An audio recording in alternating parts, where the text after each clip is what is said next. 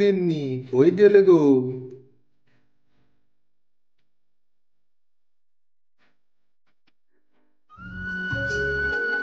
কি গো, কি হয়েছে? আরে সকাল থেকে কিছু খাইনি। আমার তো খিদে লেগেছে খুব। খিদের চোটে তো মরেই গেলাম। খেতে দাও কিছু। কি, মরে যাচ্ছ? না না, তুমি মরে গেলে কি করে হবে? তখন আমার কি হবে? আরে আরে, তুমি কাঁদছো কেন? তা কাঁদবো না? তোমার যদি কিছু হয়ে যায় আমি কি করব বলো? না না, তুমি চলো, আমি তোমাকে বৈদ্যের কাছে নিয়ে যাই, দেখি তোমাকে বাঁচানো যায় কিনা। চলো চলো, আর দেরি করব না, চলো, তোমাকে নিয়ে যাব এক্ষুনি। আরে আমি মরে যাচ্ছি বলতে বোঝাতে চেয়েছে যে আমার খুব খিদে লেগেছে। খিদেতে আমি আর থাকতে পারছি না, তাই। আমি কোন বোকা বইয়ের পাল্লায় পড়লাম রে! ও আচ্ছা, তো সেটা আগে বললেই তো হতো। আমি শুধু শুধুই ভয় পেয়ে গেছিলাম। আচ্ছা ঠিক আছে, দাঁড়াও দাঁড়াও, আমি এক্ষুনি খাবার নিয়ে আসছি। আচ্ছা বেশ, তাড়াতাড়ি নিয়ে এসো।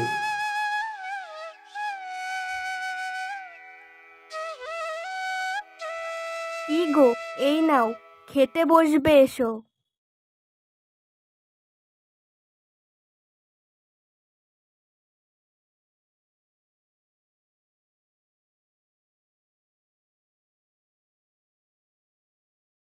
তুমি তরকারিতে কত ঝাল দিয়েছো! বাবা, আমার তো গলা পুড়ে গেল যে! বাবা গো, বাবা, কান দিয়ে ধোয়া পর্যন্ত বেরিয়ে গেল। কি, তোমার কান দিয়ে ধোঁয়া বের হচ্ছে? কই, আমি তো দেখতে পাচ্ছি না। হায় রে! আচ্ছা, দাঁড়াও দাঁড়াও, আমি তোমাকে জল দিচ্ছি। হ্যাঁ হ্যাঁ, দাও দাও। উফ, কি ঝাল!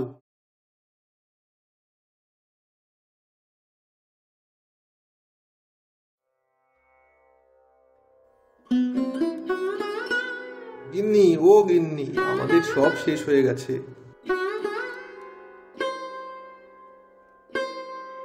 কেন গো, কি হয়েছে? গিন্নি, আমাদের সব শেষ হয়ে গেছে। ইঁদুরে আমার সব ফসল নষ্ট করে দিয়েছে। ও, এই ব্যাপার? তা এতে কষ্ট পাওয়ার কি আছে? দাঁড়াও দাঁড়াও, এর সমাধান আছে আমার কাছে।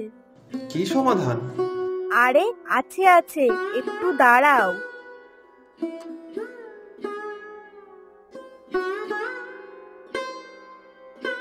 এই নাও লাঠি, এটা দিয়ে তুমি তোমার ক্ষেতের সব ইঁদুরগুলো মেরে দেবে, কেমন? হায় রে আমার পোড়া কপাল! কোথায় গো তোমার পোড়া কপাল? কই, আমি তো দেখতে পাচ্ছি না। তোমার কপাল তো ঠিকই আছে। হায় হায় রে! আমি কোন বোকা বউ বিয়ে করে বাড়ি আনলাম রে! কেন গো, আমি আবার কি করলাম? আমি তো ঠিক কাজই করেছি। তুমি বললে তোমার ক্ষেতের ফসল ইঁদুরে নষ্ট করে দিয়েছে, তাই আমি তো সেই ইঁদুরগুলোকে মারার জন্যই লাঠিটা আনলাম। তা আমি তো এখানে তোমার ভালো করতেই চেয়েছি। তুমি যদি ইঁদুরগুলোকে না মারো, তাহলে ইঁদুরগুলো যে তোমার ফসল আবারও নষ্ট করে দেবে, তখন কি হবে? আরে আমি এই লাঠি দিয়ে কি করে ইঁদুর মারবো বলো তো? লাঠি দিয়ে কি কখনো ইঁদুর মারা যায়? ও, তা আমি কি করে বুঝবো বলো? তুমি যা বললে, আমি তো সেই মতন ভেবেই লাঠিটা আনলাম। ধুর বাবা, আর ভাল লাগে না। থাকো তুমি, আমি চললাম।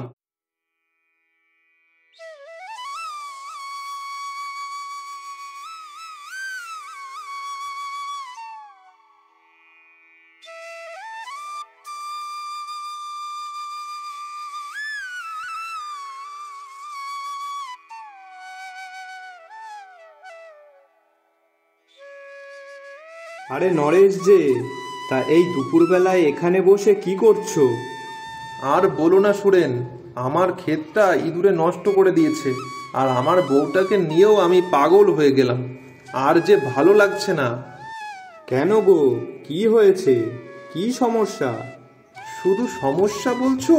সে যে কি বড় সমস্যা, তোমায় কি করে বলবো? বাবা, বড় সমস্যা? কি এত বড় সমস্যা, শুনি দেখি দিন। তবে শোনো।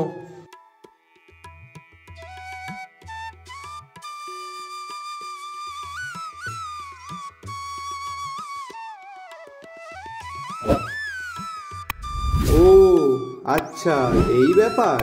বুঝলাম বুঝলাম। ও ঠিক হয়ে যাবে, তুমি কোনো চিন্তা করো না। তা বলি কি, তুমি এখন বাড়িতে যাবে নাকি এখানে বসে থাকবে? না না, বাড়ির দিকেই যাব। ও আচ্ছা, বেশ বেশ, ঠিক আছে। আমি তাহলে এখন আসি, পরে কথা হবে খন।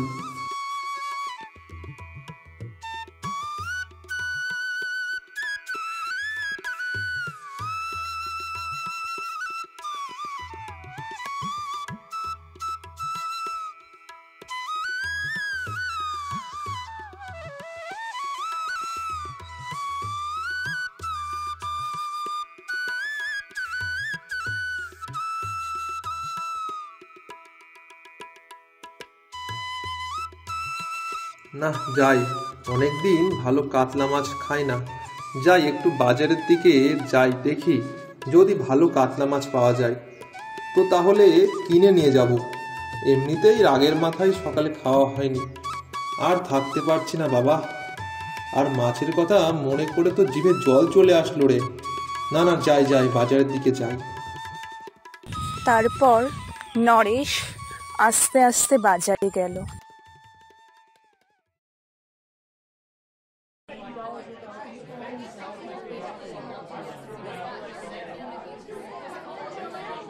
রামু, বলছি কি ভালো কাতলা মাছ আছে নাকি? হ্যাঁ হ্যাঁ, আছে আছে। তুমি শুধু বলো কটা লাগবে। ওই তো, যেটা সব থেকে ভালো সেটাই দাও। সবই তো ভালো, কিন্তু ছোট কাতলাও আছে, আবার বড় কাতলাও আছে। তা তোমার কোনটা লাগবে শুনি? তার দাম কত শুনি? এই তো, ছোট কাতলাটা 180 আর বড় কাতলাটা 250। তা বলো তুমি কোনটা নেবে? আমাকে তুমি বড় কাতলাটাই দাও, ছোট কাতলাতে তেমন স্বাদ হবে না। হুম, সে তো বটেই, বড় মাছের স্বাদই আলাদা হয়। আচ্ছা দাও দাও দেখি, তাড়াতাড়ি দাও। এই বলে রামুর কাছ থেকে ভালো দেখে একটা কাতলা মাছ নিল নরেশ।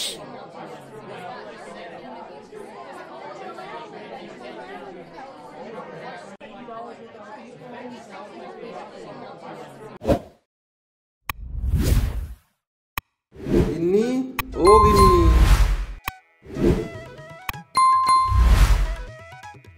বলো, কি হয়েছেটা কি? এত চিল্লাচ্ছ কেন? এই নাও গিন্নি, আমি আজ বাজার থেকে বড় কাতলা মাছ এনেছি। ও বাবা, এত বড় মাছ? হ্যাঁ গো হ্যাঁ। নাও নাও, তাড়াতাড়ি যাও, আর ভালো করে মাছ রান্না করো তো দেখি। খুব খিদে পেয়েছে আমার। আর হ্যাঁ শোনো, ভালো করে মাছটা ধুয়ে নেবে কিন্তু, আর একটু দেখে শুনে রান্না করো।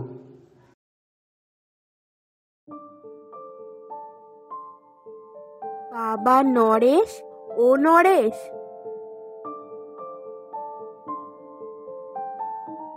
আরে মাসিমা, কেমন আছো? আসো আসো, অনেকদিন পর আসলে যে। হ্যাঁ রে বাবা, শরীরটা একটু ভালো ছিল না, তাই আসা হয় না তেমন। ও আচ্ছা আচ্ছা, তা এসো এসো, ঘরে এসো।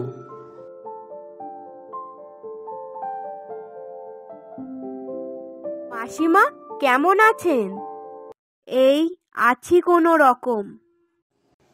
মাসিমা, তুমি আজ খুব ভালো দিনে এসেছো। আজ আমি বাজার থেকে একটা বড় কাতলা মাছ এনেছি, তোমার বৌমাকে রান্না করতে বলেছি। কি বলিস রে? হ্যাঁ গো। তা বলি কি, ও গিন্নি, রান্না কি হলো? হ্যাঁ হ্যাঁ, একটু দাঁড়াও, প্রায় হয়ে এসেছে।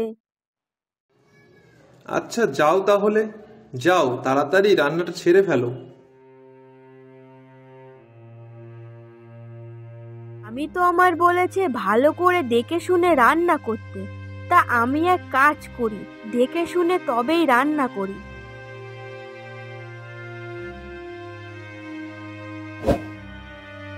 অনেকক্ষণ ধরেই তো দেখলাম আর শুনলাম, এবার মনে হয় নিশ্চয়ই মাছ রান্না হয়ে গেছে। যাই গিয়ে এবার ওনাদেরকে খেতে দিই।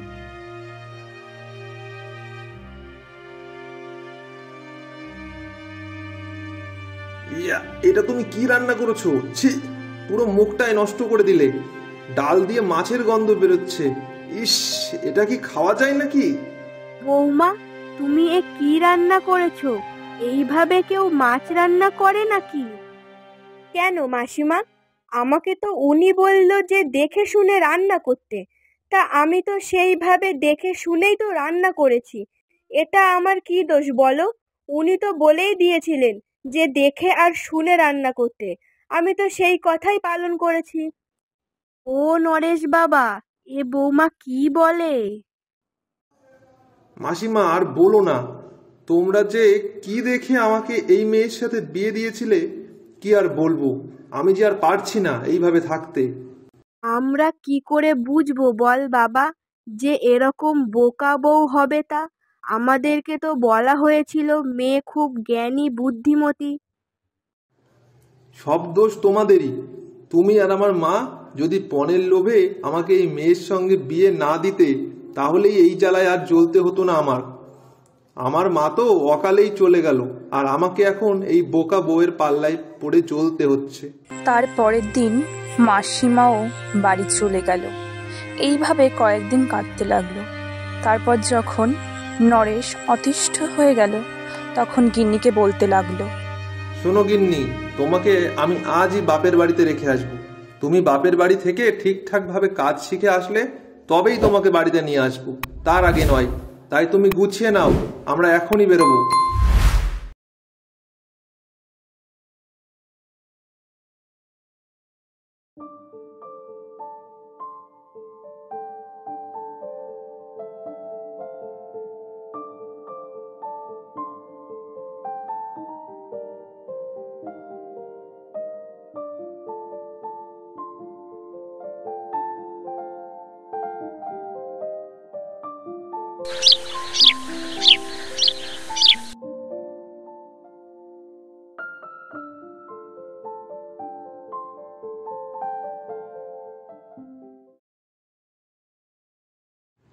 আরে নরেশ, কি হয়েছে? মন মরা করে বসে আছো কেন? আর বলো না, বউয়ের জ্বালায় অতিষ্ঠ হয়ে গিয়েছিলাম, তাই রাগ করে তাকে বাপের বাড়িতে রেখে এসেছি। কিন্তু অনেক দিন হয়ে গেছে তাকে রেখে এসেছি। বাড়িতে এখন আর মন টিকছে না, ভালোও লাগছে না ঠিক। ও আচ্ছা, এই ব্যাপার। তবে শোনো, তুমি তো ভালো সুখী ছিলে।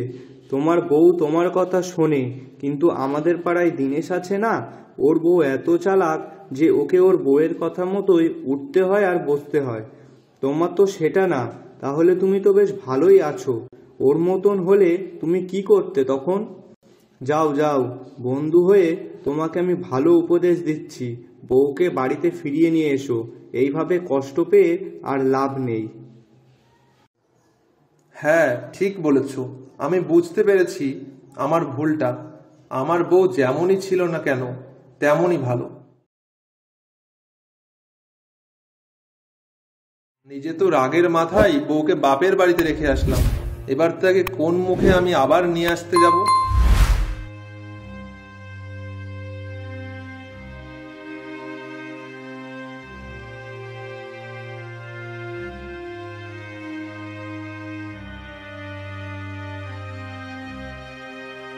উফ, যদি বউটা বাড়ি থাকতো তাহলে এই বর্ষাতে ইলিশ মাছ ভাজা আর খিচুড়ি খেতে পারতাম। কিন্তু কি যে করি এখন।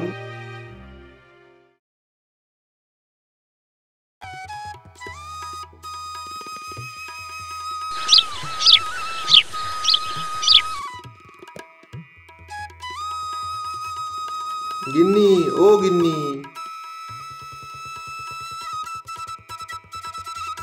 আরে জামাই, এসো এসো, ঘরে এসো বাবা। গিন্নি, তোমার কথা খুব মনে পড়ছিল, তাই আর থাকতে পারলাম না, তোমাকে নিতে চলে আসলাম। আমারও তোমার কথা খুব মনে পড়ছিল, কিন্তু কি করব বলো? তুমি তো দিয়ে গেছো আমাকে বাপের বাড়িতে, তুমি নিতে আসছিলে না বলে আমিও আর ফিরে যাইনি। বাবা জামাই, এসো এসো, খেতে বসবে, এসো। অনেক বেলা হয়ে গেল যে। মা, আপনি আপনার মেয়েকে এরকম রান্না তো শিখিয়ে দিতে পারেন। খুব সুন্দর রান্না হয়েছে, অনেক দিন খায় না এমন রান্না।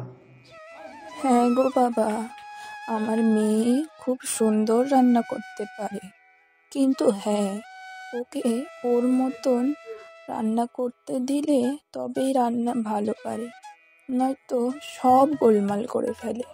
অন্যের কথা শুনে রান্না করতে যদি যায় তাহলে সে রান্না আর ঠিক মতন করতে পারে না। বলেন কি মা, আপনার মেয়ে রান্না করেছে, তাও আবার এত সুন্দর খেতে হয়েছে? আমি তো জানতাম না সে এত সুন্দর রান্না করতে পারে। তারপরে সবাই মিলে খাওয়া দাওয়া শেষ করে নরেশ তার গিন্নিকে নিয়ে নিজের বাড়িতে ফিরে গেল এবং সুখে সংসার করতে লাগলো।